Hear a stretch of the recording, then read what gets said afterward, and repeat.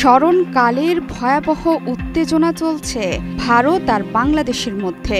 শেখ হাসিনা সরকারের পতনই এই আগুনে ঘি ঢেলেছে। এরপর চিন্ময় কৃষ্ণ দাসকে গ্রেপ্তার নিয়ে দুই দেশের সম্পর্ক তলানিতে গিয়ে ঠেকেছিল। বর্তমানে দুই দেশের সম্পর্কে বিষ বাষ্প উঠছে।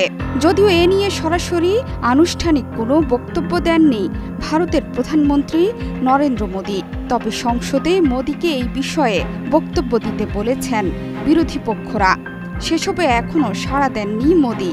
যদিও বাংলাদেশ প্রসঙ্গে বিজেপি নেতাদের বক্তব্যে স্পর্ধার সব সীমা পার করে গেছে। দেশটির গণমাধ্যমেও বাংলাদেশ নিয়ে বিষোদ্গার এবং মিথ্যে ভুয়ো তথ্যের ছড়াছড়ি। কদিন আগেই চাউর হয়েছিল তুরস্ক থেকে কেনা শক্তিশালী ড্রোন বায়রাক্তার TB2 সীমান্তে মোতায়েন করেছে বাংলাদেশ। যদিও এই বিষয়টির পক্ষে কোনো প্রমাণ দেখাতে পারেনি ভারত।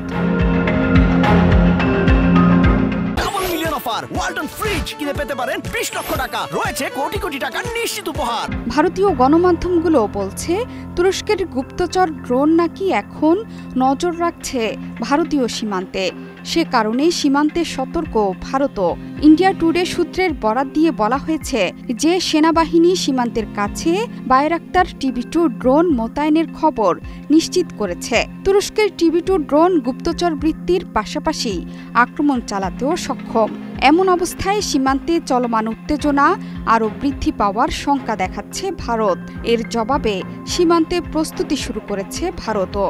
চলতি বছরের শুরুতে তুরস্ক থেকে TB2 ড্রোন কিনেছিল বাংলাদেশ। 12টি ড্রোনের চুক্তি করেছিল, যার মধ্যে 6টি চালু হয়েছে। এটি নজরদারি ও হালকা হামলা পরিচালনার ক্ষেত্রে বাংলাদেশের সক্ষমতা বাড়িয়েছে। ভারতীয় নিরাপত্তা সংস্থাগুলো বাংলাদেশের TB2 ড্রোন মোতায়েনের বিষয়ে সতর্ক রয়েছে এবং সবশেষ স্থাপনার নিবিড়ভাবে মূল্যায়ন করছে। এর জবাবে ইসরায়েল থেকে কেনা হেরন টিপির মতো ড্রোন মোতায়েনের কথা বিবেচনা করছে ভারতও। এর পাশাপাশি স্পর্শকাতর এলাকায় ড্রোন বিরোধী অভিযান জোরদার করার বিকল্পও রয়েছে। ভারতের কাছে ইসরায়েল থেকে কেনা হেরন ড্রোন রয়েছে, যেটির ক্ষমতা বর্তমানে প্রায় 24 ঘন্টা।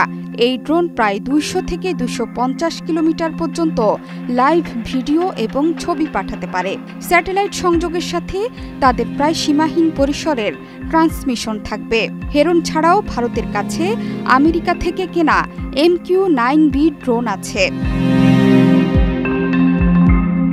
বহু আগে থেকেই ইসরায়েলের আয়রন ডোমের আদলে নিজস্ব ড্রোন প্রতিরক্ষা ব্যবস্থা বানাচ্ছে ভারত। জানা গেছে ইসরায়েলি ড্রোন মোতায়েন করা হয়েছে বাংলাদেশের একেবারে কাছের রাজ্য পশ্চিমবঙ্গে। এই প্রসঙ্গে হুঙ্কার ছেড়েছিলেন ভারতের স্বরাষ্ট্রমন্ত্রী অমিত শাহ। সীমান্ত নিরাপত্তার জন্য ভারত ড্রোন প্রতিরোধী ইউনিট তৈরি করছে বলে জানান অমিত শাহ। BSFকে উদ্দেশ্য করে দেয়া বার্তায় এই কথা বলেন কেন্দ্রীয় স্বরাষ্ট্রমন্ত্রী। তিনি তখন ভারত পাকিস্তান সীমান্ত থেকে 300 কিলোমিটার দূরে অবস্থান করছিলেন। জোহরা চৌধুরী সেতু, 71।